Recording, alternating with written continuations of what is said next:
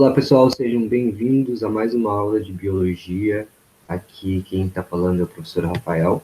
Nesta aula a gente vai falar sobre o algoritmo de Deus. Na verdade, a gente vai fazer uma revisão geral dos conteúdos que a gente viu no primeiro semestre, que é sobre biodiversidade e biotecnologia. E quando eu falo de algoritmo, a gente tem que lembrar que algoritmo, na verdade, é um conjunto de instruções, ou seja, um conjunto de passo a passo que dizem a um computador ou a uma célula o que ele deve fazer, certo? Então, vamos utilizar essa ideia de algoritmo para a gente poder entender a seguinte frase, que vem no próximo slide. Então, Deus não criou as espécies, mas sim os algoritmos para a criação das espécies. As intermináveis e lindas formas, sobre as quais Darwin fala na conclusão de A Origem das Espécies, desmentem a teoria da uniformidade mais bela. Todas as formas estão codificadas em sequências de DNA e surgem pela modificação e combinação delas. Quem adivinharia que, dada somente um algoritmo, que ele produziria você e eu? Então aqui, essa frase de um livro bem interessante chamado Algoritmo Mestre, do Pedro Domingos, né? Ele pega e traz então para nós essa noção entre ciência e religião, né, digamos assim, de concepções que se transformaram ao longo da história de acordo com as nossas características tecnológicas.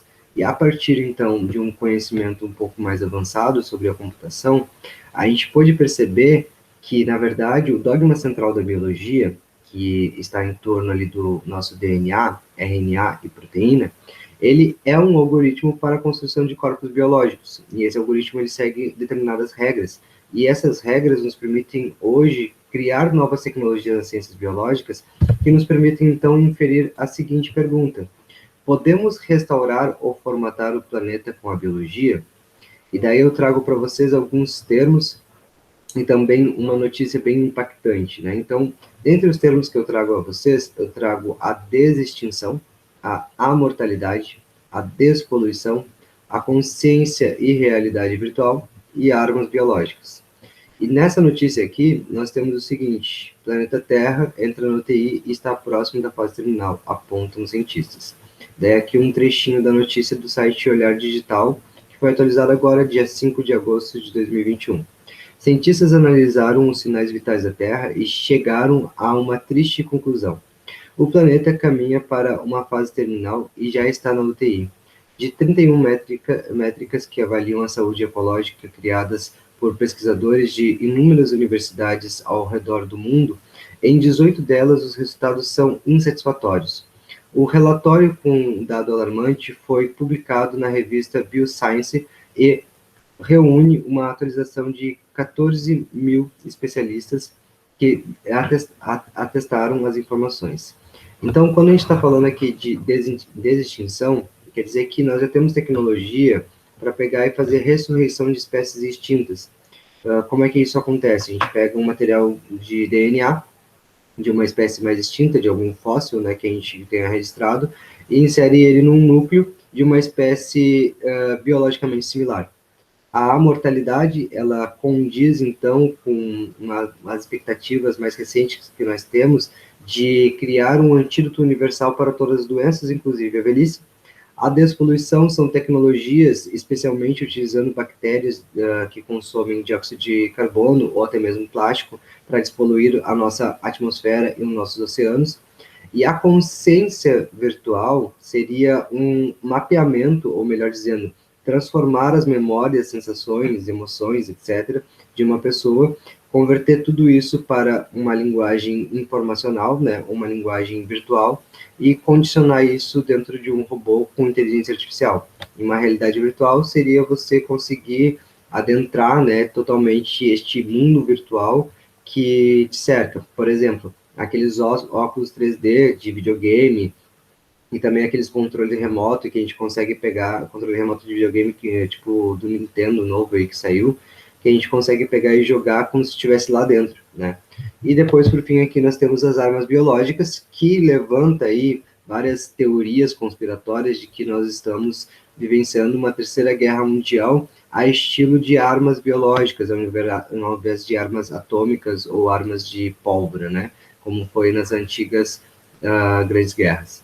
Então, é interessante a gente frisar que as armas biológicas, elas são um assunto emergente no nosso século, e este assunto, ele é pertinente, inclusive quando está se conjecturando, né, vários tipos de doenças e afecções que normalmente nós não teríamos, mas a gente precisa analisar também que a degradação de habitat natural, ele acaba liberando determinadas toxinas e inclusive partículas virais que podem sim ocasionar, né, essa maior taxação de pandemias que nós temos, pandemias, epidemias, etc., que a gente vem tendo nos últimos anos.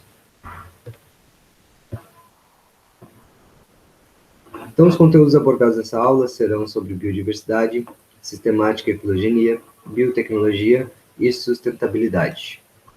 Aqui, então, a gente começa falando sobre o algoritmo da vida, e eu até vou ler para vocês um trechinho bem interessante do livro do Richard Dawkins. Né? Aqui, o livro é Breves Respostas para Grandes Perguntas. Então, aqui eu tenho um trecho na página...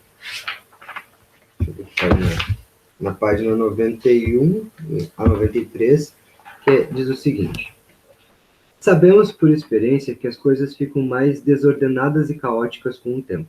Este fato tem até uma lei própria, a chamada segunda lei da termodinâmica.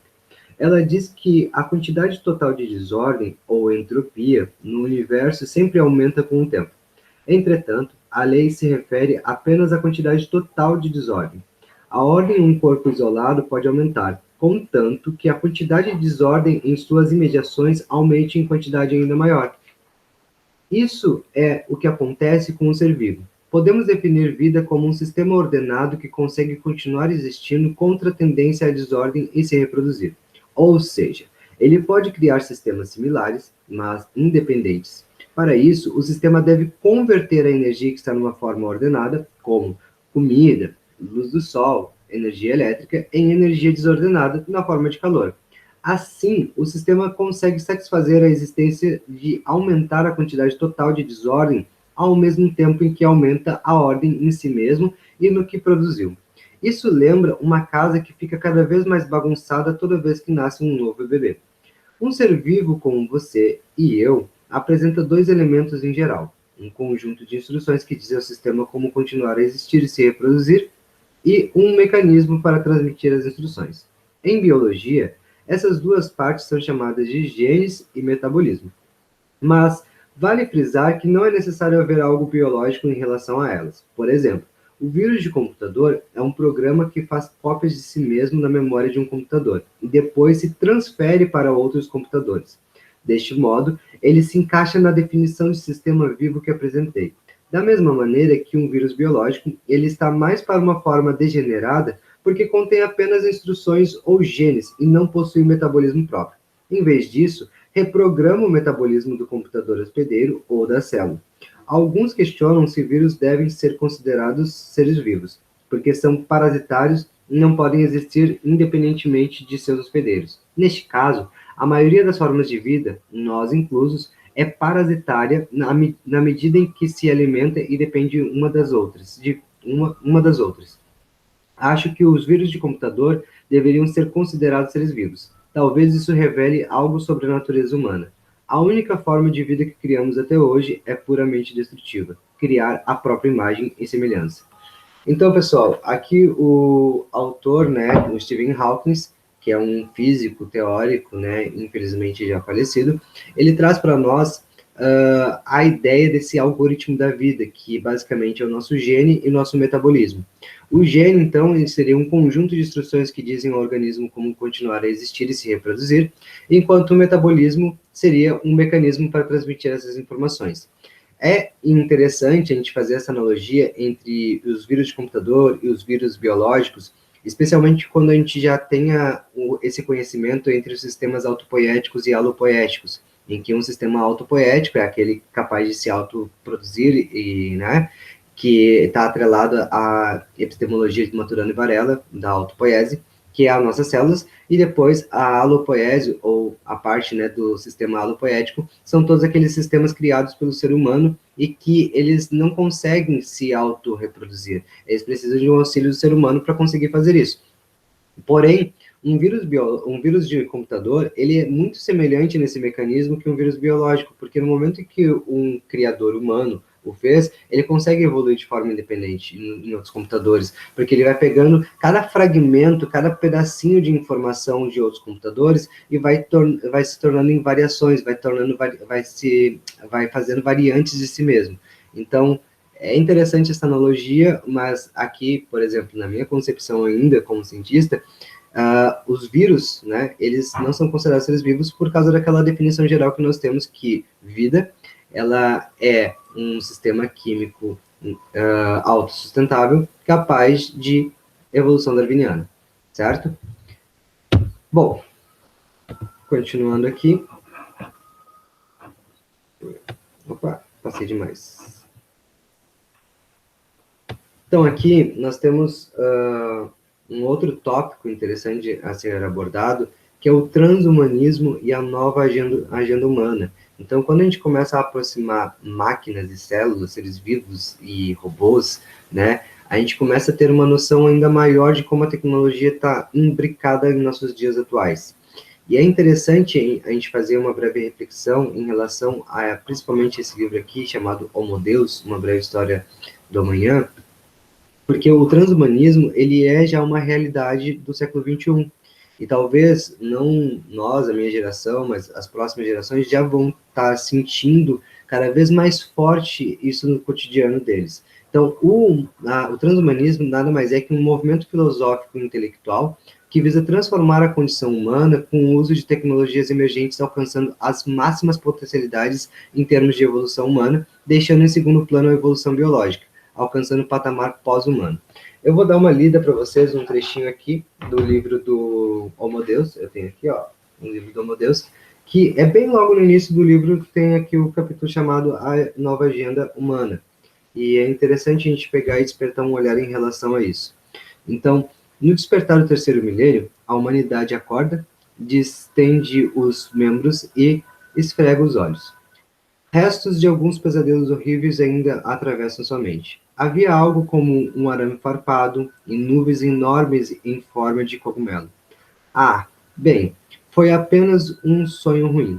A humanidade vai até o banheiro, lava o rosto, examina as rugas diante do espelho, prepara uma xícara de café e abre o jornal. O que será que nos espera hoje? Durante milhões de anos, a resposta a essa questão não se alterou. Os mesmos três problemas preocupavam as pessoas da China no século XX, na Índia medieval e no Antigo Egito. Fome, pestes e guerras sempre estiveram entre as principais dificuldades enfrentadas. Geração após geração, os humanos rezaram para todos os anjos, deuses e santos e inventaram um sem número de ferramentas, instituições e sistemas sociais. Mas seguem morrendo aos milhões de inanação é fome, tá? Epidemias e violência. Muitos pensadores e profetas concluíram que a fome, a peste e a guerra deveriam fazer parte de um plano cósmico de Deus ou de nossa natureza imperfeita, e nada, a não ser o fim dos tempos, nos livraria delas. Mas no alvorecer do terceiro milênio, a humanidade chegou a uma incrível constatação. A maior parte das pessoas raramente pensa sobre isso. Porém, nas últimas poucas décadas, demos um jeito de controlar a fome, as pestes e a guerra. É evidente que esses problemas não foram completamente resolvidos. No entanto, foram transformados de forças incompreensíveis e incontroláveis da natureza em desafios que podem ser enfrentados. Não precisamos rezar para nenhum Deus ou um santo para que nos salvem deles. Sabemos bem o que precisa ser feito para evitar a fome, as pestes e a guerra. E geralmente somos bem-sucedidos ao fazê-lo. É verdade que ainda se verificam fracassos dignos de nota, mas quando deparamos com eles, não mais damos os ombros e dizemos: bem, é assim que as coisas funcionam em nosso mundo imperfeito. Ou que seja feita a vontade de Deus. Sim, quando a fome, as pestes ou guerra saem do nosso controle, costumamos achar que alguém deve ter se equivocado, estabelecemos uma comissão de inquérito e prometemos desculpa, estabelecemos uma comissão de inquérito, alguém deve estar equivocado, estabelecemos uma comissão de inquérito e prometemos que na próxima vez faremos melhor. E isso efetivamente funciona. Essas calamidades de fato acontecem cada vez com menos frequência. Pela primeira vez na história, hoje morrem mais pessoas que comeram demais do que de menos. Mais pessoas morrem de velhice do que de doenças infecciosas. E mais pessoas cometem suicídio do que todas as somadas não são mortas, de que todas as que somadas são mortas por soldados, terroristas e criminosos. No início do século XXI, o ser humano médio tem muito mais probabilidade de morrer empanturrado de McDonald's do que de seca, de ebola ou num ataque da Al-Qaeda. Por isso, apesar de presidentes, executivos e generais ainda terem suas agendas preenchidas por crises econômicas e conflitos militares, na escala cósmica da história do gênero humano, pode erguer os olhos e começar a prescrutar novos horizontes. Se realmente a fome, a peste e a guerra estão sob controle, o que irá substituí-las como prioridade na agenda humana? Como bombeiros em um mundo sem incêndio, o gênero humano do início do século XXI deve fazer a si mesmo uma pergunta sem precedente: o que vamos fazer conosco? Num mundo saudável, próspero e harmonioso, o que vai exigir nossa atenção e nossa engenhosidade? Essa pergunta torna-se duplamente urgente em razão dos novos e imensos poderes da biotecnologia e a tecnologia da informação estão nos oferecendo. O que vamos fazer com todo esse poder? Antes de responder a essa pergunta, precisamos nos estender um pouco mais sobre a fome, a peste e a guerra, a informação de que controlamos que pode chocar muitas pessoas, para quem a alegação pode soar ultrajante, extremamente ingênua ou talvez insensível. E quanto aos milhões de pessoas que sucateiam as suas vidas sobrevivendo com menos de $2 por dia? E quanto à crise da AIDS na África ou às guerras que estão sendo travadas na Síria e ao Iraque?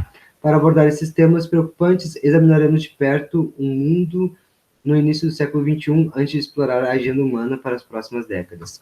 Ou seja, né, a gente precisa pegar e ter um olhar global sobre as coisas, entender que, na verdade, os principais problemas da humanidade, eles estavam atrelados aí à nossa ignorância em relação à fome, às pestes e à guerra, ou quando eu digo ignorância, é a nossa falta de conhecimento, né? E essa falta de conhecimento, ela já foi sanada. Na verdade, a gente só está caminhando aí por uns passos largos, por uma distribuição de renda mais igualitária entre os continentes, para que se haja um suporte, né, um suporte ainda maior em relação a sanar esses três grandes problemas da humanidade. Quando a gente conseguir sanar esses três grandes problemas, a gente pode avançar na nossa agenda mundial e perceber um mundo, né, harmonioso e próspero que nos cerca. Ou melhor dizendo, é melhor a gente começar a pensar em termos de sustentabilidade e ética para as próximas gerações. Mas vamos avançar por hora. Então, pegando esse gancho, a gente vai aprofundar um pouco o nosso tema aqui, né, já que o foco é a nossa biodiversidade e biotecnologia. A gente vai aprofundar um pouco sobre o que é essa epistemologia da autopoiese. E daí eu trouxe para vocês alguns conceitos fundamentais para a gente aprofundar essas questões. Por exemplo, nós temos o conceito de unidade, estrutura, organização e mecanismo. O conceito de unidade, ele traz para nós que é o seguinte: a formação de uma unidade determina sempre uma série de fenômenos associados às características que a definem. Ou seja, cada classe de unidade específica uma fenomenologia particular. Por exemplo, o Big Bang formou os primeiros átomos, né? Então, o fenômeno é o Big Bang e os átomos é a minha unidade na matéria. Então, nós temos ali a estrutura, que é as relações que devem ocorrer entre os membros de algo para que possa ocorrer o reconhecimento de uma classe. Na verdade, aqui eu inverti, tá, gente? Eu preciso até arrumar. Deixa eu já arrumar direto aqui para vocês. Na verdade, isso daqui é a nossa organização.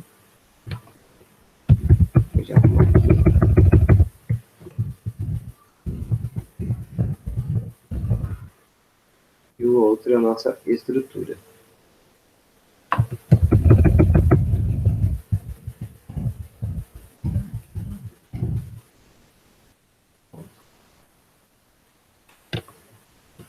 Então, voltando ali, né?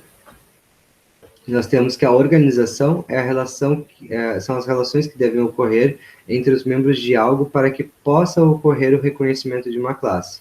E a estrutura são os componentes e relações que constituem concretamente uma unidade em particular capaz de configurar sua organização. Quando a gente está falando, por exemplo, a nível de célula, a unidade é a célula, porque é a unidade básica dos seres vivos. A organização seria que ela é um sistema, né? E por ser um sistema, ela precisa ser fechado ou ter um mecanismo de entrada e saída para se correlacionar com os componentes bióticos e abióticos do meio. Então, nós temos que todas as células, elas precisam necessariamente ter uma compartimentação, ou seja, elas têm uma membrana plasmática e todas elas possuem um mecanismo de interação, que seria as organelas. Então, todas as células, todas elas possuem uma compartimentação e, ao mesmo tempo, ela possui também um material genético, né, um material hereditário. Então, essa é a organização básica para eu pegar e definir uma célula, né? Então, eu defino ela como uma unidade porque ela tem uma compartimentação e um material hereditário. Enquanto as estruturas são as minhas organelas, porque as organelas elas podem variar de célula para célula. Então, por exemplo, numa célula procariótica, eu não tenho um núcleo eucariótico, né? Eu tenho ali um núcleo meio difuso e o material genético fica, né, espalhado ali pelo citoplasma, enquanto na célula eucariótica eu tenho uma carioteca, né? Uma membrana, uma compartimentação invaginada das próprias regiões de membrana ali, que vai fazer então que o material genético fique separado do meio ali, do próprio meio intracelular em relação às demais organelas. Então, eu tenho, por exemplo, as mitocôndrias e cloroplastos, elas estão presentes na célula autotrófica eucariótica, que são as células dos vegetais, e enquanto nas células heterotróficas dos animais, né, eucariótica e autotrófica dos animais, eu só tenho as mitocôndrias, eu não tenho cloroplastos, certo? Então, elas podem variar. Então, a organização é praticamente algo imutável, porque é isso que vai definir uma classe de unidades, enquanto a estrutura é algo mutável, ela pode mudar, né, sem alterar a organização. Então, um mecanismo seria a combinação de peças para fazer funcionar, né? Então, pôr em movimento um aparelho, um engenho, um mecanismo, etc., né? Então, no próximo slide, nós temos o seguinte: alguns mecanismos celulares, né? Então, dentre esses mecanismos celulares, o mecanismo principal é o nosso metabolismo, né? O metabolismo, ele nada mais é que a soma entre o catabolismo e o anabolismo. O catabolismo, ele transforma moléculas complexas vindas da alimentação em moléculas menores, ou seja, moléculas monoméricas, que a partir dessas moléculas monoméricas eu vou estar construindo outras moléculas para pegar e repor ou fazer a manutenção do elemento celular através do anabolismo. Então, o catabolismo, ele quebra moléculas maiores e transforma em menores, e o anabolismo faz o processo ao contrário, pega essas menores e transforma em maior para manter o equilíbrio autossustentável do meu sistema químico autopoético, aquele sistema que é capaz de evolução darwiniana, como a definição inicial que eu usei ali para vocês. Esse equilíbrio químico é chamado de homeostase. Depois aqui nós temos a diferenciação entre cópia, replicação e reprodução. Então, cópia é quando temos uma unidade modelo ou um procedimento de projeção para que outra que lhe é idêntica. Por exemplo, xerox de impressões. Se o mesmo modelo é usado para fazer de modo sucessivo muitas cópias, tem-se uma série de cópias historicamente independentes uma das outras. Por outro lado, se o resultado de uma cópia é usado de modelo para fazer a seguinte, produz-se uma série de unidades conectadas, porque o que acontece com cada uma delas durante o seu futuro individual, antes que sejam usadas como modelo, determina as características da cópia seguinte. Isso, por exemplo, se aplica, gente, para não só para um xerox, né, por exemplo, mas também se aplica ali um molde, né, um molde que é utilizado para o nosso próprio DNA para pegar e construir corpos biológicos. Por exemplo, aqui, ó, tá vendo essa fotinha aqui? Nessa fotinha aqui, nós temos a face de um anfíbio, que são nossos primeiros tetrápodes, né? Embora não tetrápodes verdadeiros, porque eles não conseguiram conquistar o ambiente terrestre de forma tão satisfatória que nem os répteis, né? Eles são anfíbios, então eles possuem duas fases de vida, um ambiente aquático e um ambiente terrestre. Então, os anfíbios, eles são os nossos primeiros vertebrados ali, nossos primeiros cordados que estão conquistando o ambiente terrestre, e quando a gente olha para a faceta dele, a gente vai perceber que existe uma mera semelhança com a faceta do ser humano.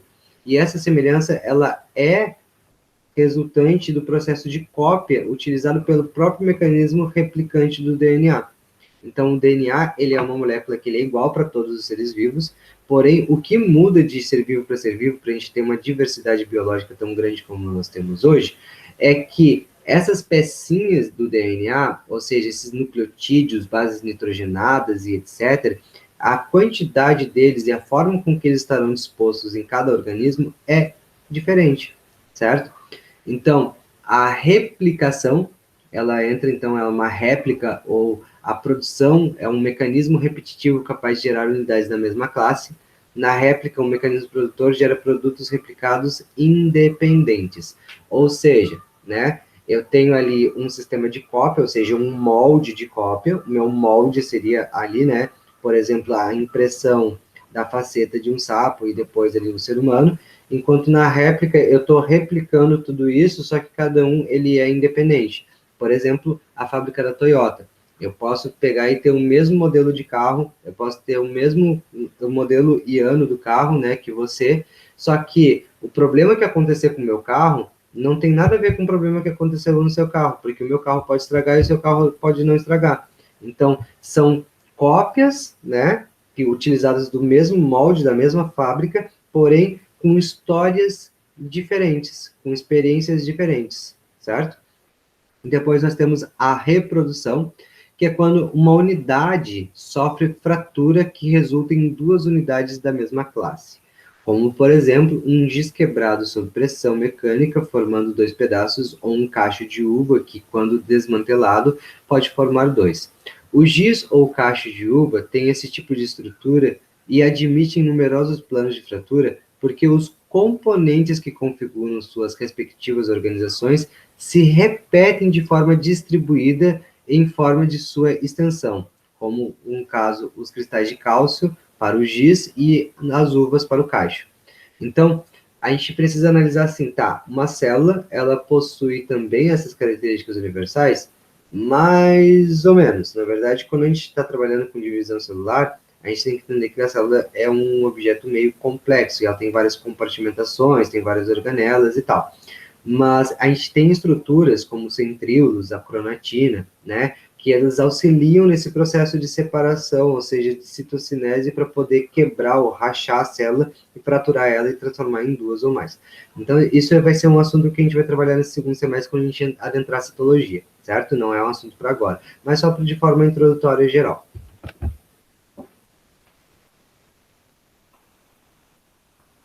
Opa, assim um pouco.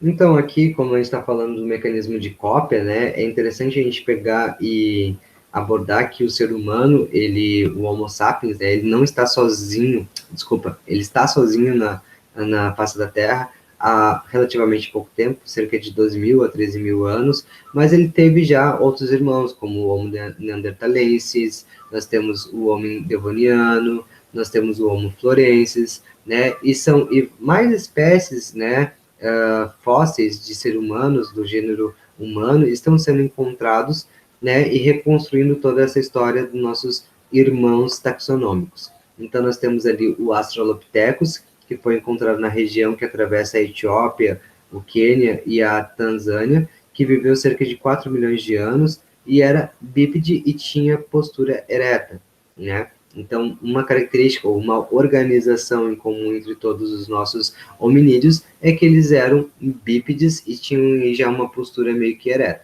Depois nós temos o Homo habilis, que conseguia confeccionar e utilizar diversas ferramentas, que viveu há 2 milhões de anos e 1,5 milhões de anos atrás. Depois nós temos o Homo erectus, que eram habitantes de cavernas que produziam e usavam ferramentas bem mais elaboradas, como machados de mão. Foram provavelmente os primeiros a usar o fogo. Depois nós temos o Homo neanderthalensis. O Homo neanderthalensis, na verdade, hoje já é meio que considerado um parente muito próximo do Homo sapiens contemporâneo, e isso vai ser um assunto para a gente trabalhar em outra aula, né? Mas basicamente nós temos a teoria da grande miscigenação, que seria que os hominídeos se cruzaram entre si para gerar a espécie atual. Mas isso não vai, eu não vou adentrar muito nessa aula não, tá? Então, os neandertalenses estavam adaptados com o clima frio, como se infere no seu grande cérebro e nariz curto, mais largo e volumoso, foram de igual modo as primeiras populações que criaram rituais funerários. Então, eles já tinham uma estrutura cultural, assim como os sapiens. Depois nós temos ali o Homo sapiens sapiens, que seria a nossa variação, né? Que é a única espécie animal de primata bípede do gênero Homo ainda viva. Os humanos, anatomicamente modernos, originaram-se na África há cerca de 200 mil anos, atingindo o comportamento moderno há cerca de 50 mil anos. Então, nosso comportamento, ou seja, a história da nossa civilização, basicamente, ela é curta, né? É bem curta mesmo. Aqui nós temos o nível de organização geral, né, da biologia. Então, nós temos os átomos formando moléculas, moléculas formando organelas, as organelas formando as células, células formando tecidos, tecidos formando órgãos, órgãos formando sistemas, sistemas formando o organismo como um todo. Um conjunto de organismos da mesma espécie são chamados de população. Organismos de espécies diferentes que vivem no mesmo local geográfico são chamados de comunidades biológicas.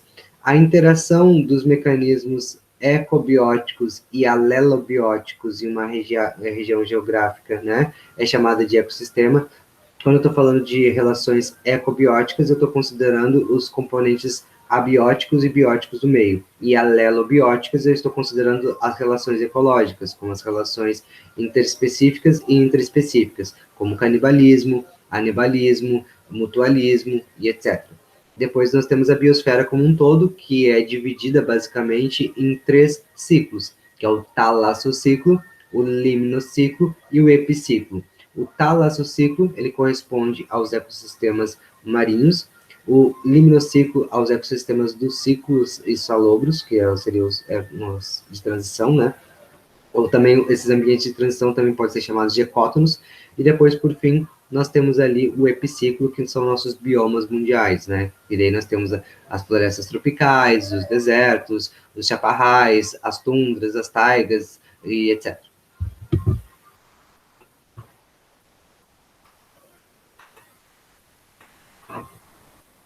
Opa, passei demais. Então, aqui nesse slide, eu falo que a gente tem diferentes níveis de biodiversidade, né? Esses diferentes níveis de biodiversidade, a gente pode, então, categorizar aqui com a diversidade genética, a de espécies e a ecológica. Então, a diversidade genética, ela está dentro da espécie, a diversidade de espécie está dentro de uma comunidade, e a diversidade de comunidades está dentro de um ecossistema, né? Então, aqui a gente pode ver a imagem bem clara em relação a isso. Daí aqui a gente está falando sobre os níveis de organização estrutural, estrutural na organização molecular das células.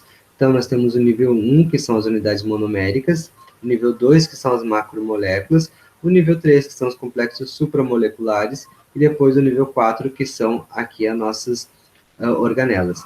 Então, como unidades fundamentais ou unidades monoméricas, nós temos aminoácidos, glicose, adenina e outras bases, e depois ácidos como ácido palmítico. E depois macromoléculas tem proteínas, ácidos nucleicos como DNA e RNA, depois os polissacarídeos, lipídios, depois aqui como complexos supramoleculares eu tenho a membrana, eu tenho os ribossomos, a cromatina, os microtúbulos, As organelas são um núcleo, a mitocôndria, complexo de Golgi, retículo endoplasmático rugoso, retículo endoplasmático liso, etc. Então, só para vocês entenderem, né, um sistema autopoético, ele constrói seu elemento celular a partir de peças bem diminutas, como unidades monoméricas ou unidades fundamentais, e essas unidades elas vão se juntando como parecido, de forma bem parecida com as ligações químicas, que nas ligações químicas eu tenho ali os elementos químicos formando as moléculas, né? Então, aqui na parte de organização estrutural e molecular da célula, é como se as unidades monoméricas fossem esses elementos químicos e as macromoléculas fossem as moléculas resultantes desses elementos químicos. Porém, de vez de nós ter uma ligação química, nós temos uma elaboração por afinidade, né, um processo de elaboração, porque na biologia a gente fala muito de sistema, então tem todo um mecanismo metabólico ali, onde eu vou quebrar para depois unir essas moléculas e formar uma nova estrutura, certo? Então, dentro, né, dessa conjuntura, a gente pode colocar, né, que nós temos ali a diversidade genética, a diversidade genética ajuda a gente a compreender um pouco melhor essa construção de moléculas ou de biossíntese, e depois nós temos ali a diversidade de espécies e ecológica, que falam basicamente sobre serviços ecológicos, e esses serviços ecológicos estão atrelados ao abastecimento, ao suporte de serviços, aos serviços culturais e a serviços regulatórios. Então, quando a gente está pegando e falando sobre a biodiversidade ou diversidade de espécies, a gente precisa lembrar sempre que a gente está atrelado, ou melhor dizendo, a gente, que nem na parte introdutória ali que eu falei do livro, né, do Stephen Hawking, que a gente é uma espécie simbionte do nosso planeta. Então, a gente precisa dele para a produção de comida, para água, madeira e fibra, combustível, ciclo dos nutrientes, a formação do solo, produção primária, preservação do habitat, são tudo questões de suporte para a gente conseguir ter tudo isso aqui, né? Todo esse serviço de abastecimento.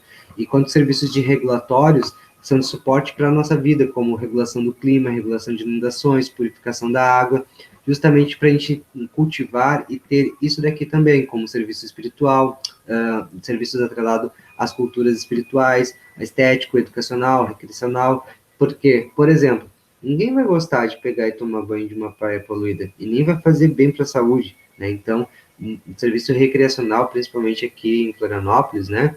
A gente precisa cuidar das nossas praias e não jogar esgoto, né, nelas, e tentar fazer um sistema de saneamento básico mais adequado. Especialmente o comércio aí que adora de pegar e tentar economizar o máximo de dinheiro e acaba poluindo um ambiente que é de bem coletivo, não só deles mesmos. Então, com isso, gente, aproveitando que a gente está falando de biodiversidade e de serviços ecológicos, eu aproveito então para falar sobre alguns aspectos de autocuidado. Então, autocuidado físico, emocional, social e espiritual. Eu sempre pego e costumo falar que existem 4 mundos da relação do eu e do coletivo, que é o mundo natural, que ele está atrelado ali ao meio natural e às metrópoles. Depois o mundo mental, que é o psicológico e espiritual. Aqui está errado, deixa eu já corrigir aqui para vocês. Já posso corrigir.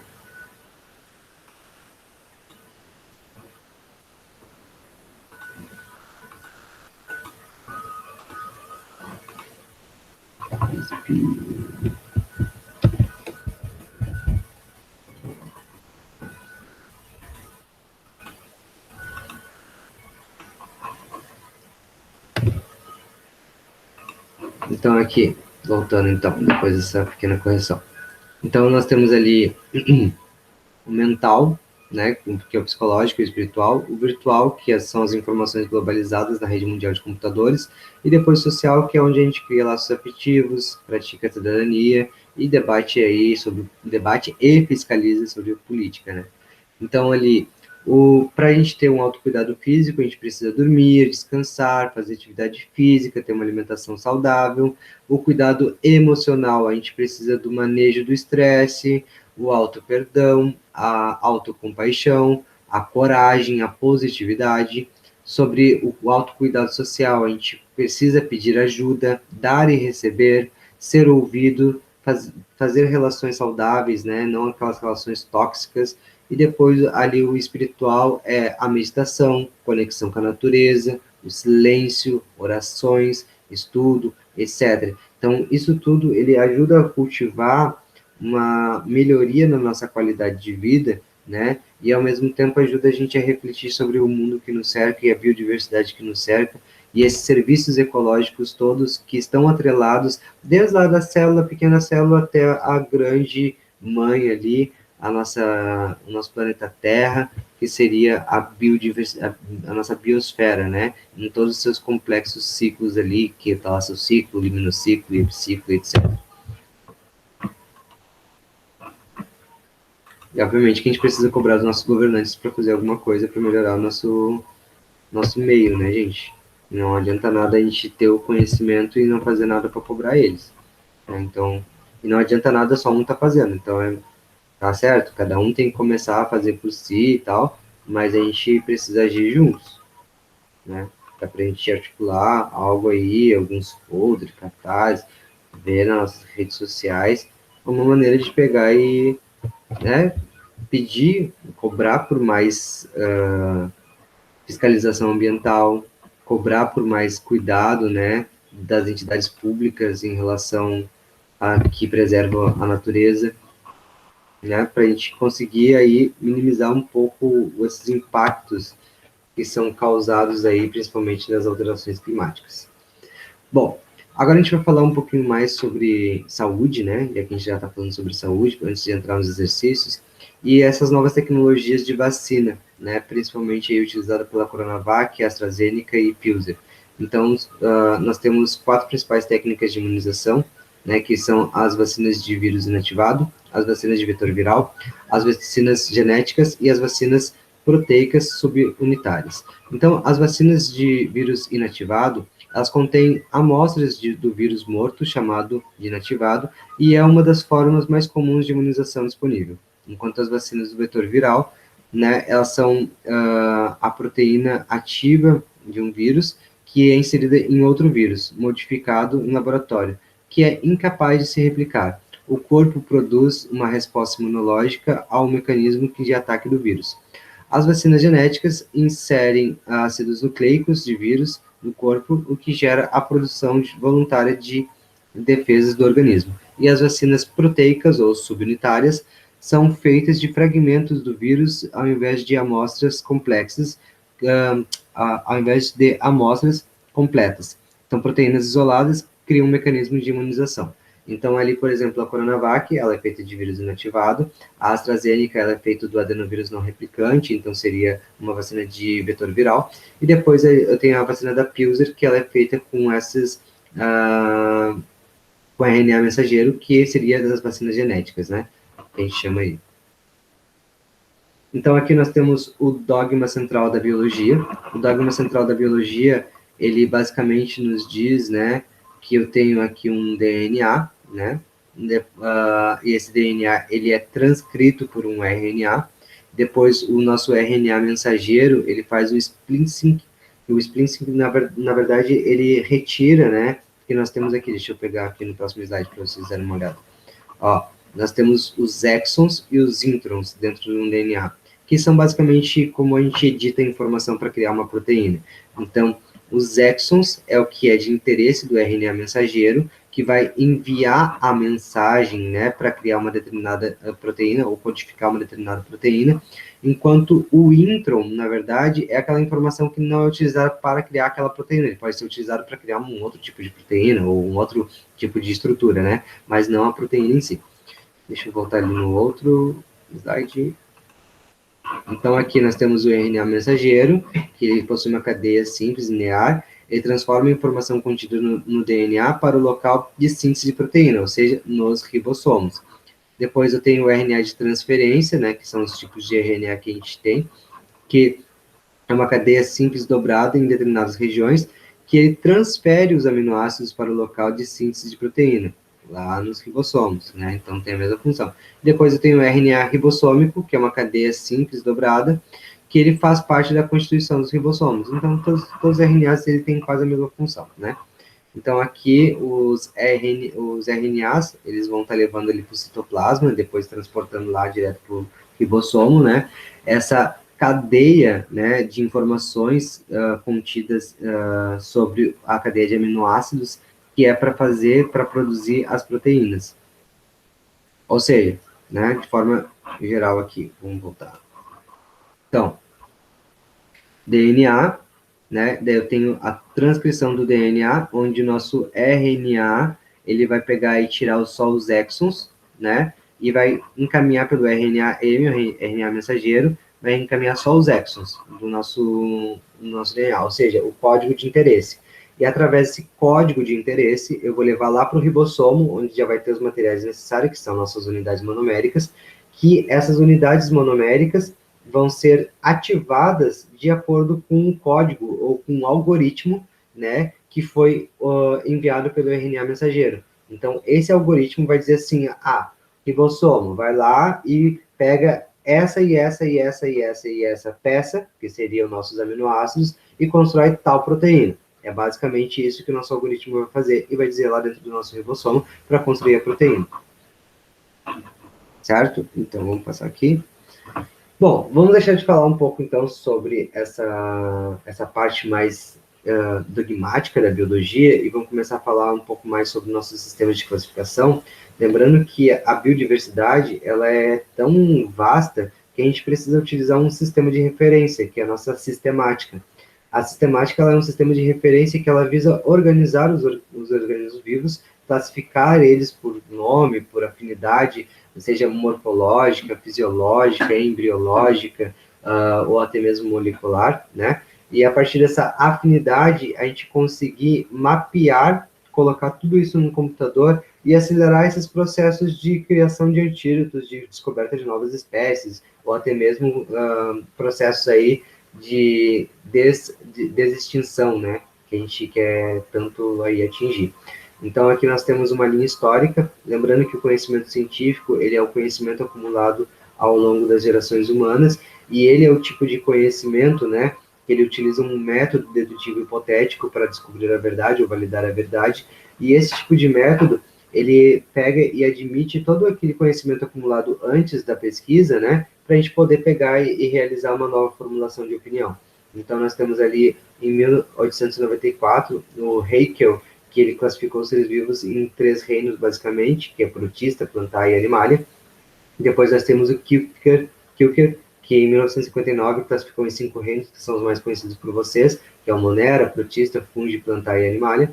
Depois nós temos em 1977 o Owls, que fez a classificação dos nossos 6 reinos, que é o Eubactéria, Arqueobactéria, protista, fungi, plantar e animalia.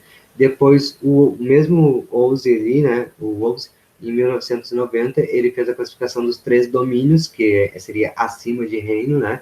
Que seria a bactéria, arqueobactéria e eucária. Bactéria e arqueobactéria seriam nossos procariontes, ou procária, e depois nós temos ali o eucária, né? Que seria todos os organismos eucariontes. Então, ele fez tipo uma divisão ali pela, tipo, celular, né? Aqui, então, nós temos agora a classificação dos 8 reinos, né, que é a classificação mais atual, em que ele considera, então, o reino cromista, plantae, animalia, protista, arqueobactéria, eubactéria, arqueozoa e fungi. Então, aqui nós temos os critérios de classificação atual são a morfologia, o desenvolvimento e a análise molecular. Dentre todas essas classificações aqui, eu acho que acho não, tenho certeza, o que entrou novo aqui dessa nova classificação foi a análise molecular. Qual é a relação molecular entre eles? Porque atualmente a gente utiliza muito a teoria sintética da evolução, que é a teoria neodarwiniana. A teoria sintética da evolução, ela basicamente ela considera, né, todos esses aspectos aí filogenéticos. A filogenia, né, a palavra filo, ela vem de arquivo, genia, gene, né, a origem. Então, ela considera essas relações moleculares, especialmente atreladas aos ácidos nucleicos, né, DNA e RNA, para pegar e quantificar o grau de parentesco entre as espécies. Quantificar e qualificar, né? Então, quando a gente está falando aqui, né, de filogenia, a gente tem que falar também sobre os cladogramas. Os cladogramas, eles são formas representativas para a gente pegar e mostrar uma anagênese, né? É a anagênese e... Nossa, fugiu o termo agora, gente. Espera aí, deixa eu pesquisar. A nossa anagênese, a cladogênese, claro, obviamente. Isso, anagênese e cladogênese, desculpa. Então, a nossa anagênese começa ali com a questão do tempo, né? E ela faz uma linha basicamente assim, ó. Deixa eu pegar aqui a canetinha. Isso aqui seria a nossa anagênese, né? Ela quantifica o tempo em si, né? Desde a da origem do ancestral comum. Enquanto a cladogênese é onde gera a ramificação, certo? Onde eu tenho a ramificação aqui, eu tenho o início de uma nova ramificação. E aqui eu tenho o início de tudo, né? Que gera todo esse processo de especiação. Então, por exemplo, aqui, né? Eu tenho um ancestral comum, gerando os táxons 1, 2 e 3. Esse ancestral comum, ele tem cauda, ele é quadriculado, ele tem duas orelhas, dois olhos, e tem também aqui uma patinha, né? E também aqui né, um caractere de igual e flechinha ali. Daí a gente vai analisar que depois nós temos aqui uma cladogênese, onde ele está sem cauda e sem cauda, certo? Então, nessa cladogênese aqui, ele não tem cauda. Ou seja, aqui começa uma nova ramificação, né? Onde ele vai continuar o processo de especiação com uma nova ramificação. Então, nós temos aqui, nessa cladogênese aqui, ele está sem escamas, e nessa daqui está sem cauda, né? Aqui reapareceu as escamas, ó. As escamas reapareceram, mas ele não tem cauda, certo? Então, aqui, por exemplo, nós temos conceitos como pleisomorfia, apomorfia e sinapomorfia, né? Então, quando a gente fala em sinapomorfia, é como se fosse sincrônico, como se fosse, né, por exemplo, ali, a perda da cauda é uma apomorfia, porque é uma novidade evolutiva, né? Daí nós temos a sinapomorfia dos grupos 2 e 3, que daí seria, tipo, ambos não tem cauda, né? Que, né, gera uma,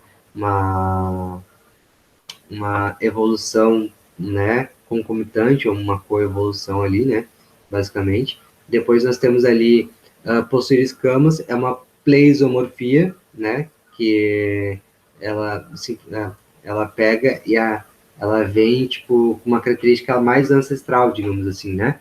Então, os grupos 2 e 3, além de serem grupos apomórficos, eles apresentam uma simplesiomorfia, ou seja, eles têm ali uma paridade em que apareceu as escamas de novo, mas ao mesmo tempo eles têm uma apomorfia em relação à cauda.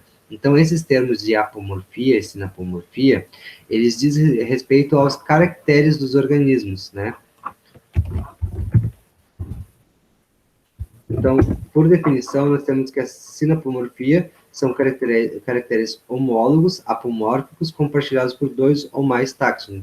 É uma situação que se observa quando dois táxons apresentam o mesmo caractere, e esse representa uma forma derivada apomórfica, que um ancestral frente a outra de ancestral pleisomórfica. Então, a gente não chama de menos evoluído ou mais evoluído. Então, com menos derivações, porque lembrando que a evolução ela é a modificação das espécies ao longo do tempo geológico, então aqui tem menos variação, seria uma pleisomorfia, e aqui tem mais variação, uma apomorfia, certo? E depois nós temos a alta apomorfia. A alta apomorfia, ela por definição, né, é um caractere derivado que está presente exclusivamente em um único taxo terminal de um determinado cladograma. Serve como distinção entre os grupos de espécie, família, gênero e etc.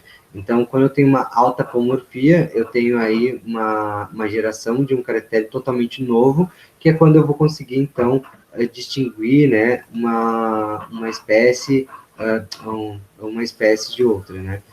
Então, aqui nós temos outros termos de relações cladísticas, né, ou de análise cladística, que são os grupos monofiléticos, polifiléticos e parafiléticos. Os grupos monofiléticos, são grupos que possuem o mesmo ancestral, né, ou possuem um ancestral comum.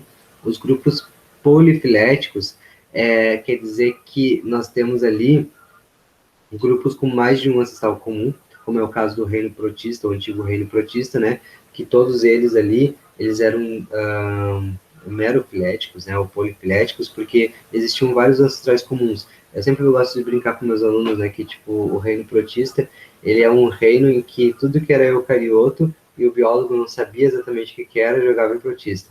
Hoje em dia a gente já tem uma classificação um pouco mais refinada, como a gente pode observar ali em relação aos 8 reinos, mas o reino protista ele foi por muito tempo isso daí mesmo, né? O tapete biológico, digamos assim. E depois nós temos o grupo parafilético. O grupo parafilético é quando eu pego e reúno estrategicamente, né, um grupo de animais ou plantas, né, um táxon ali, onde eu consigo observar apenas parte do todo do cladograma, como é o caso, por exemplo, das répteis e aves. As répteis e aves, eles na verdade fazem parte do mesmo grupo, que são o grupo Saurópsida, porém, por vezes, eles são separados, né, de forma individual para ser analisados ou de forma didática, justamente porque as suas características morfológicas ou anatômicas, elas são muito diferentes, né? Elas são muito gritantes as diferenças visuais deles, mas as características moleculares revelam que são muito parecidos. Então, é como eu sempre gosto de brincar, né? As aves são nossos dinossauros modernos, as galinhas são nossos dinossauros modernos. Então, aqui nós temos nossa pirâmide, né, da classificação biológica, com reino, filo, classe, ordem, família, gênero, espécie. Então, para essa setinha aqui, ou seja, de espécie para reino, nós temos a maior diversidade biológica entre os representantes da categoria, e para essa setinha aqui, ou seja, de reino para espécie, nós temos a maior semelhança entre os representantes por categoria. Então, aqui nós temos um resumão sobre a nossa taxonomia, né? Então, a taxonomia é o ramo da biologia que classifica e organiza os seres vivos em categorias. Nós temos aqui as regras de nomenclatura biológica feitas pelo nosso Carrefour Linné, que ou seja, o nosso Linneuzinho aí. Então, nós temos a primeira regra que todos eles são escritos em latim, né? Ou latinizados, e que deve estar a primeira palavra, que é o epíteto específico, ele deve conter a letra maiúscula, a primeira letra, né? Deve ser maiúscula, e a espécie binomial, né? O nome ali binomial, ele deve estar, então, com letra minúscula, que é o nosso epíteto específico. E daí, com isso, nós temos gênero e epíteto específico para a nomenclatura da espécie, e eles devem estar destacados em algum texto, ou seja, em negrito, sublinhado ou itálico. Daí, aqui nós temos, né, as características mais antigas e as mais recentes. Então, nós temos ali a pleisomorfia e a apomorfia. Então, temos ali os grupos polifiléticos, onde eu pego dois táxons diferentes, né, para pegar e correlacionar ele, e daí acabo pegando também ancestrais comuns diferentes desses dois grupos de táxons. Depois, um monofilético, eu considero todos eles como um ancestral comum, e o parafilético, eu faço uma seleção arbitrária, né, de acordo com as características de interesse do pesquisador ou do educador. Daí depois eu tenho uma técnica mnemônica, né, para uma técnica de memorização, justamente para memorizar essas categorias taxonômicas do sistema Nature, ou sistema Naturé, que seria o sistema natural das classificações das espécies do Carvalho Linneu, que é o domínio, reino, filo, classe, ordem, família, gênero, espécie, que basicamente é o reficofage. Reino, filo, classe, ordem, família, gênero e espécie. Então, nós temos aqui os domínios, né, que são Eucária, Árquea e a bactéria. Eucária, então, engloba os antigos reinos aí, protista, fungi, animalia e plantae. Depois, Árquea, tem só os árqueas mesmo, né, as arqueabactérias. E depois a bactéria pega e engloba aí a eubactéria. Bom, pessoal, vamos começar a falar agora sobre as nossas questões que a gente teve aí na prova, né, do semestre passado, para já fixar um pouco melhor aí tudo que a gente falou e aprofundar um pouco melhor. Então, vamos lá. Durante a pandemia de Covid-19, o conhecimento científico foi intensamente difundido para a população e entre os cientistas do mundo inteiro. Houve grande cooperatividade para o desenvolvimento de uma vacina cada vez mais eficaz para conter a disseminação da doença causada pelo vírus SARS-CoV-2. Em relação à fabricação e ação das vacinas contra a Covid-19, analise as preposições abaixo e marque a alternativa que apresenta a soma das preposições corretas. Então, aqui, preposição 2, o Banco de Dados Mundial sobre a Filogenia da família Coronavide proporcionou maior rapidez para a produção de novas técnicas de imunização. Como a gente viu ali nos slides anteriores, né, sobre a globalização e as novas técnicas, é verdadeiro. Depois, a proximidade filogenética entre os animais que compartilham um grupo monofilético favorecem evidências moleculares sobre a origem da primeira transmissão para a espécie humana. É verdadeiro também. Depois nós temos aqui, a Coronavac possui tecnologia de RNA mensageiro que ensina as células humanas a produzir anticorpos contra a SARS-CoV-2. Isso é falso, né, gente? A gente sabe que a Coronavac, ela utiliza ali a nossa técnica mais comum de imunização, que é o vírus inativado. Depois nós temos aqui, a AstraZeneca utiliza um método de imunização cujo vírus vivo não replicante é injetado no corpo no intuito de gerar uma resposta imunológica. Isso implica reações adversas como febre, calafrios, dores do corpo, etc. Verdadeiro. Depois aqui, a Pfizer utiliza vírus inativado para gerar a resposta imunológica do organismo e é o método mais comum de se produzir vacinas. Falso também.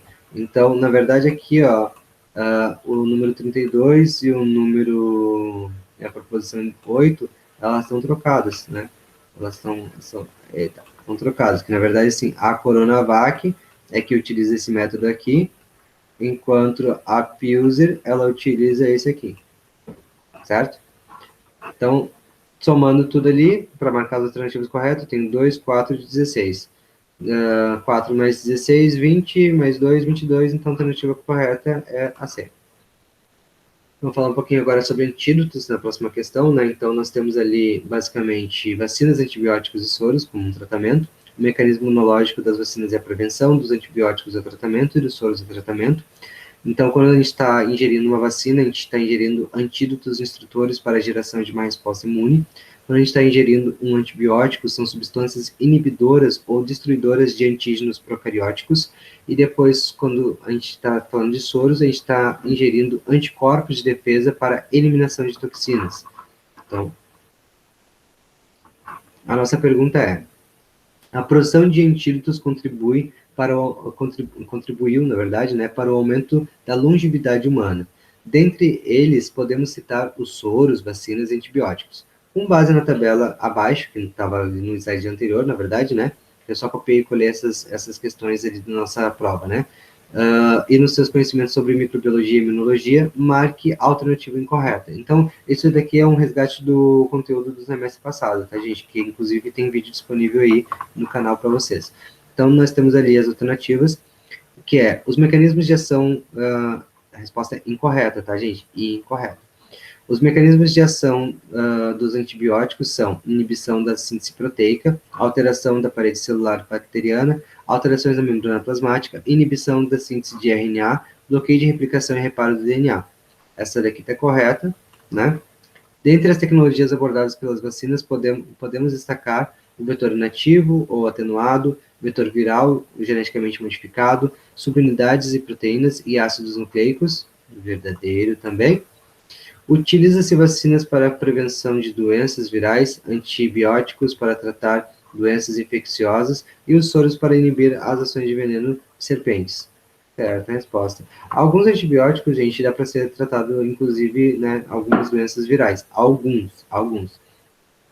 A resistência bacteriana e o surgimento de superbactérias está atrelado às práticas de automedicação e utilização indevida geral, né, dos antibióticos.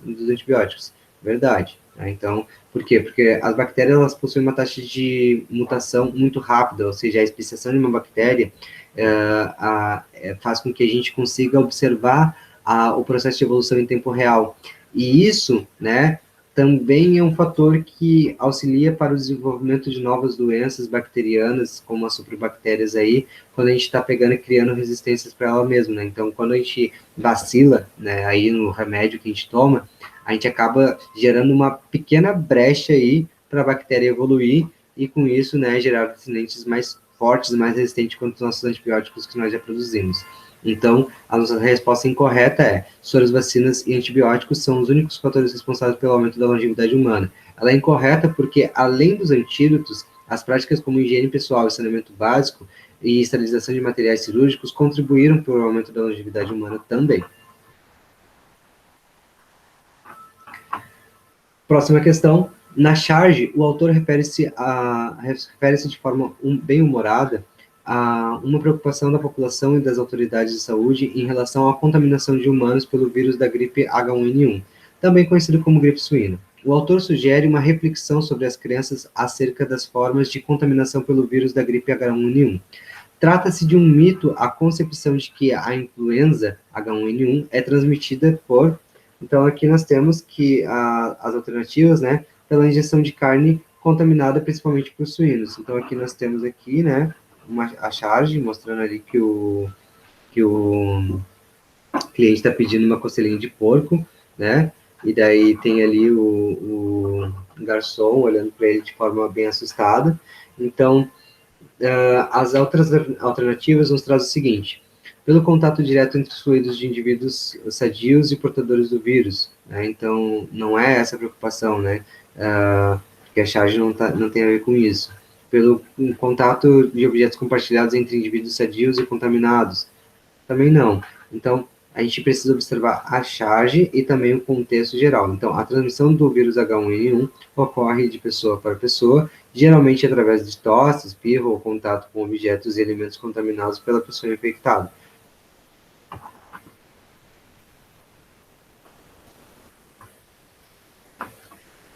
Próximo.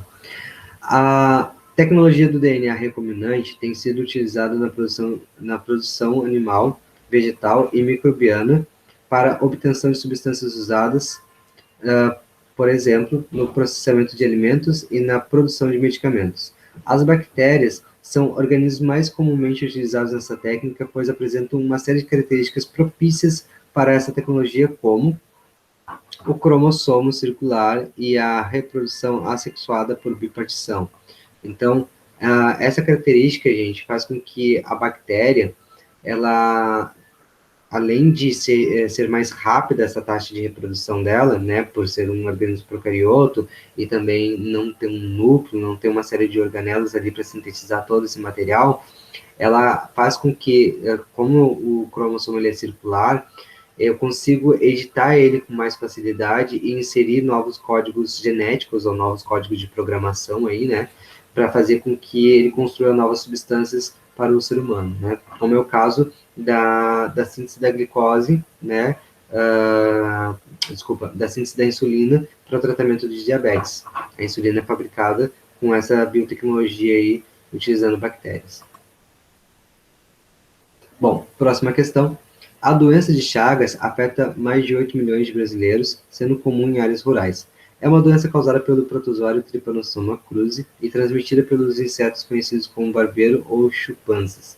Uma ação do homem sobre o meio ambiente que tem contribuído para o aumento dessa doença é, basicamente, né, aquilo que eu havia falado lá no início da aula, a extinção do hábito natural do barbeiro e o desaparecimento de seus hospedeiros silvestres promove a migração deste animal para o meio antrópico, onde passará a se abrigar em residências e se alimentar de humanos, aumentando assim o contágio da doença. Aqui, ó, a gente já tem um pequeno errinho, ó, na nossa nomenclatura binomial. Não sei se alguém reparou na hora ali, como eu tinha dado aula sobre a nomenclatura binomial. É interessante a gente já fazer essa pequena correção, ó. Aqui eu tenho que estar destacado ele. Se eu conseguir corrigir, claro, né?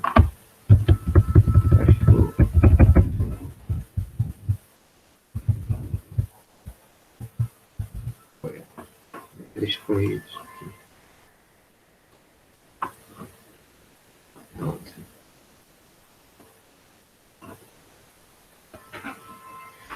Próxima questão, né? A recapitulação é uma ideia audaciosa e influente associada especialmente a Ernst Haeckel. Eu não sei se eu consegui pronunciar certo. Segundo a teoria da recapitulação, as fases de desenvolvimento de um organismo ontogenia, correspondem à história de sua espécie, a filogenia. A aparência transitória de estruturas semelhantes às fendas branquiais no desenvolvimento de humanos e outros mamíferos é um exemplo notável. Os mamíferos evoluíram de um estágio ancestral de peixe e suas fendas branquiais embrionárias recapitulam tal ancestralidade. Com base nos pressupostos da teoria da recapitulação, a assertiva que melhor a resume é: a ontogenia recapitula a filogenia.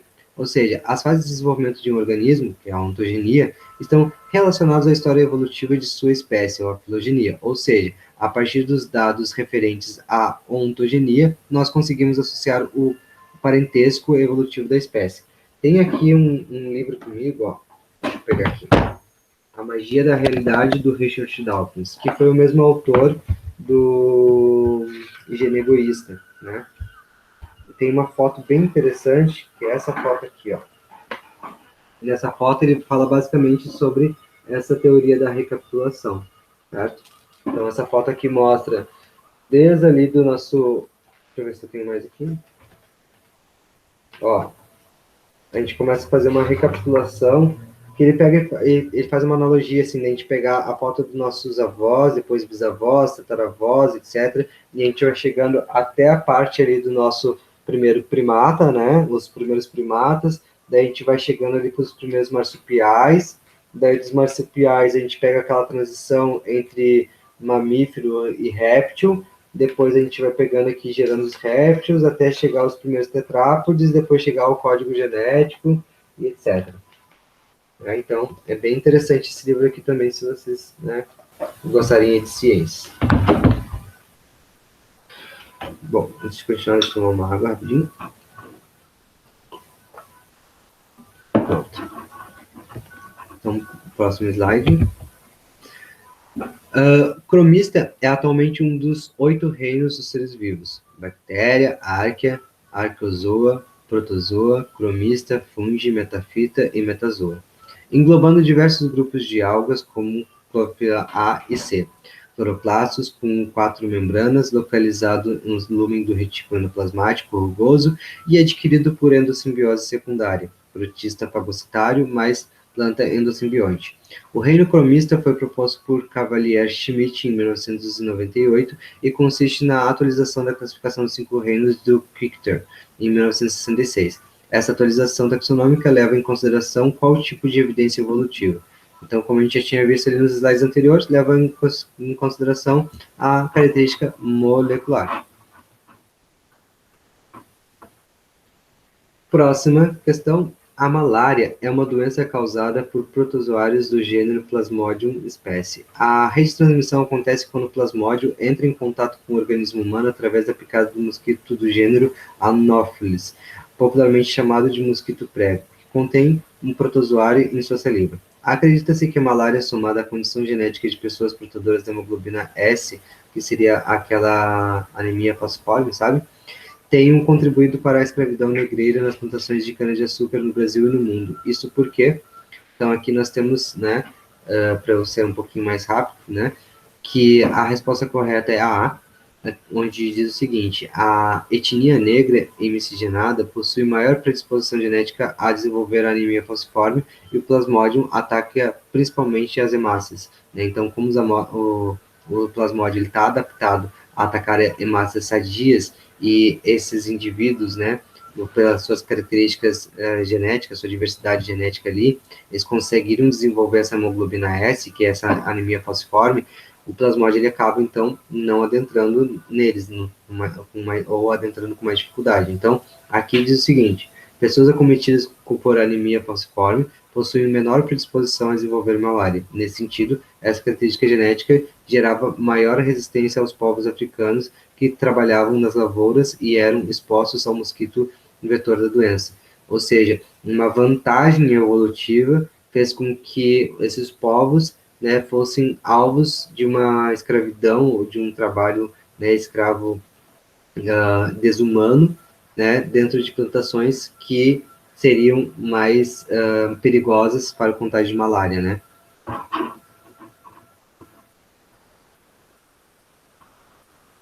Então aqui nós temos relacionado às colunas só com alguns gêneros de fungos e a sua descrição básica, né? Então, aqui nós temos levedura utilizada para a produção de vinhos, pão, cervejas, através da fermentação, que é a nossa Saccharomyces, né? Aqui, número 2. Opa. Deixa eu voltar aqui. Eita, passei demais.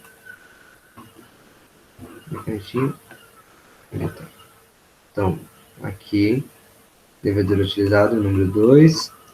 Daí o Plasmodium, o penicilino, nós temos ali o fungo bactericida, utilizado por Alexandre Fleming para sintetizar o primeiro antibiótico no laboratório, né? Então, nós temos aqui o número 1. Depois nós temos os risófos, que são bolor da matéria orgânica em decomposição.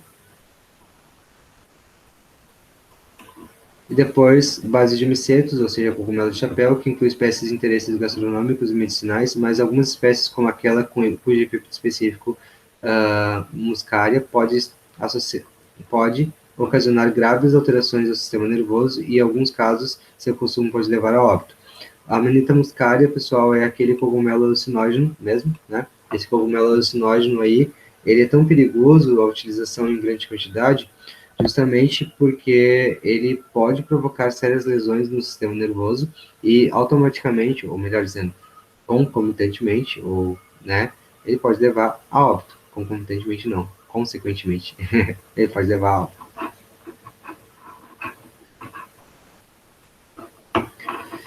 Próxima questão, então, nós temos o seguinte, né? Em um projeto de recuperação de áreas degradadas, PRAD, são consideradas pioneiras espécies vegetais de hábito herbário, né? Então, normalmente a gente utiliza espécies, primeiro, que elas vão fazer a retenção de água primeiro, né? A retenção da umidade no solo, para depois ir se acumulando a matéria ali orgânica para conseguir gerar sustentação para a sucessão ecológica que virá. Que daí seria ali as espécies primeiro herbáceas, depois arbustívoras, depois arbórea, e daí nas arbóreas nós teríamos epífitos e lianas. Então, é basicamente isso aí. Bom, depois nós temos aqui sobre a evolução embriológica, né, em relação a deuterostômios e protostômios.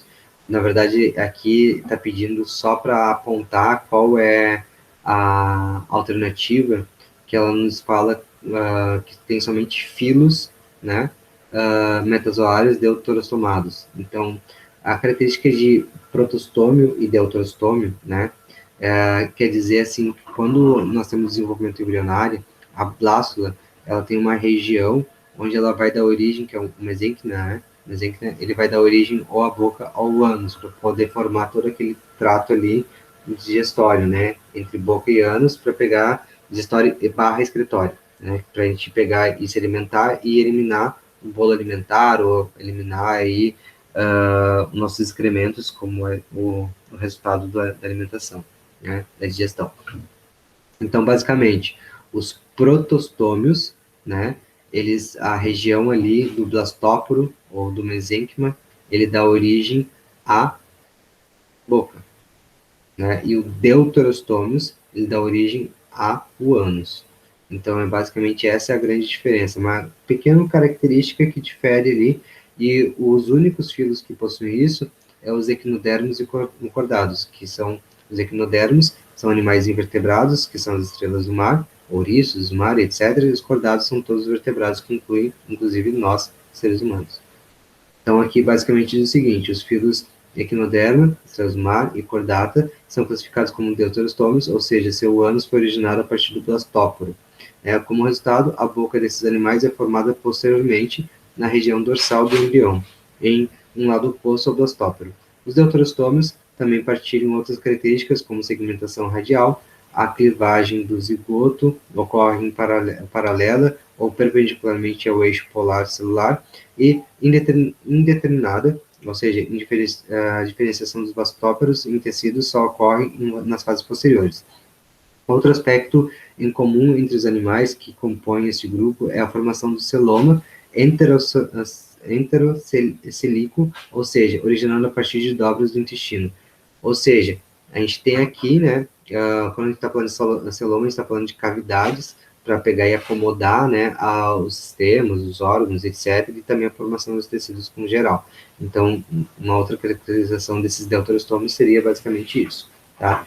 Então, aqui só para o título geral, né, nós temos condrictes e osteites. Condrictes seriam os peixes cartilaginosos e osteites os peixes ósseos. Os poríferos seriam as esponjas do mar, os anelídeos seriam as minhocas, os artrópodes, os insetos em geral, né, basicamente. Os nematóides seriam os vermes, como o verme causador da alcomastênias, por exemplo, né? Depois, a causa teniase, né? Depois nós temos aqui nadernos, cordados, depois cordados e artrópodes, daí é a mesma coisa, né? Então, chegando aqui à nossa última questão, né, nós temos aqui uma citação de um livro bem legal, que é do livro Os Botões de Napoleão e as 17 Moléculas que Mudaram o Mundo, que ela traz o seguinte, né? Talvez nunca venhamos a descobrir que há moléculas com propriedades antitumor, ativas contra o HIV, ou que poderiam ser remédios milagrosos para a esquizofrenia, os males de Alzheimer e Parkinson nas plantas tropicais, que cada dia mais se aproxima da extinção. De um ponto de vista molecular, o folclore do passado pode ser a chave para a nossa sobrevivência no futuro. O trecho destacado pelas aspas e pela imagem abaixo apresentam alternativas em prol do desenvolvimento da economia verde brasileira. Marque a opção que apresenta a soma das proposições corretas em relação às atitudes políticas que devem ser priorizadas pelos governantes. Então, atitudes políticas que devem ser priorizadas em torno da economia verde, que seria o cultivo da biodiversidade, entender que a biodiversidade ela traz uma riqueza molecular para a criação e desenvolvimento de antídotos, né? Então, aqui nós temos preposição 2, intensificação de pesquisas com substâncias bioativas através de fitoterapia, né? Verdadeiro. Depois, fornecer incentivo fiscal para a agroecologia, né? Que seria não a extinção da monocultura, mas também alternativas em relação a essa monocultura, né? Depois, valorizar práticas e costumes de povos tradicionais ligados à natureza nativa. Desenvolver novas tecnologias de transporte de cargas e pessoas, ou seja, novos métodos menos poluentes, né, para transportar cargas e pessoas, como carros elétricos, por exemplo. Depois nós temos ali ampliar a fiscalização de desmatamento ilegal, biopirataria e tráfico de animais, né? Promover estratégias políticas e educacionais para a conscientização ambiental de povos urbanos e rurais. Todos elas são brasileiros, então o somatório geral 126. Aqui a chargezinha ela fala basicamente o seguinte, né? Tira mato, bota mato. Então tira a mata nativa, bota ali a monocultura. Tira bicho, bota bicho. Tira a biodiversidade nativa e bota ali a biodiversidade alóctone, né? Nós temos a biodiversidade autóctone, que é a nativa, e a alóctone, que é de fora. Né? Vai pegar e colocar o gado, né? Depois tira caminho, né? Que é os rios, né? Os encostos de morro, bota caminho, daí bota estrada. Daí nós temos ali na charge, né, o diabinho falando assim, meu pai, por que nos abandonastes? Daí, basicamente, né, a gente está se afastando cada vez mais da ordem natural das coisas. Bom, gente, no final dessa aula, né, a gente traz aí essa imagem, né, com vários povos e culturas, né, fazendo seus cultos ritualísticos e tal. E é interessante a gente frisar aqui que, no final das contas, estamos todos conectados desde as raízes que tocam as profundezas do solo até o fio de cabelo que lança as alturas além do horizonte nos céus. Ou seja, não adianta nada a gente começar a investir em turismo espacial, em colonização de Marte, ou descoberta de fora do sistema solar. Eu não sou contra isso, mas eu acho que está na hora da gente utilizar todo esse nosso conhecimento tecnológico como humanidade, né, e começar a propagar aí novas tecnologias para a gente não formatar a Terra, né, que nem a nossa pergunta inicial, mas talvez restaurar ela, né, de alguma maneira, fazer uma restauração, uma limpeza. E essa limpeza, a gente já tem tecnologia para isso, a gente já pode sim ressuscitar, né, ou fazer a ressurreição de espécies extintas, espécies que são importantes para a manutenção dos ecossistemas, e está na hora da gente se aproximar de novo dos nossos do conhecimento ancestral, né, e a gente valorizar muito mais a natureza, especialmente quando a gente vê uma notícia que a Terra está na UTI, em que as mudanças climáticas que estavam previstas lá para 2050 já estão acontecendo agora. Então, botar a mão na consciência, né, principalmente para os governantes e para cada pessoa que está aí assistindo e cultivando, né, que cada ação ela é importante, e até mesmo a separação, a simples separação do lixo, né, que seria uma coisa já que deveria ser obrigatória para todo mundo. Mas é isso aí, pessoal. Espero que tenham gostado da aula. Espero que não seja tão cansativo assim ver o tamanho dessa aula inteira, assim que ficou meio grande, né? Mas espero que tenham gostado, né? Façam as suas anotações, comentem embaixo aí do vídeo, né? Então compartilhe com mais gente e é isso aí, gente. Muito obrigado pela atenção e desculpa aí estar enrolando demais, mas eu acho que esse é um assunto válido e pertinente e até a próxima.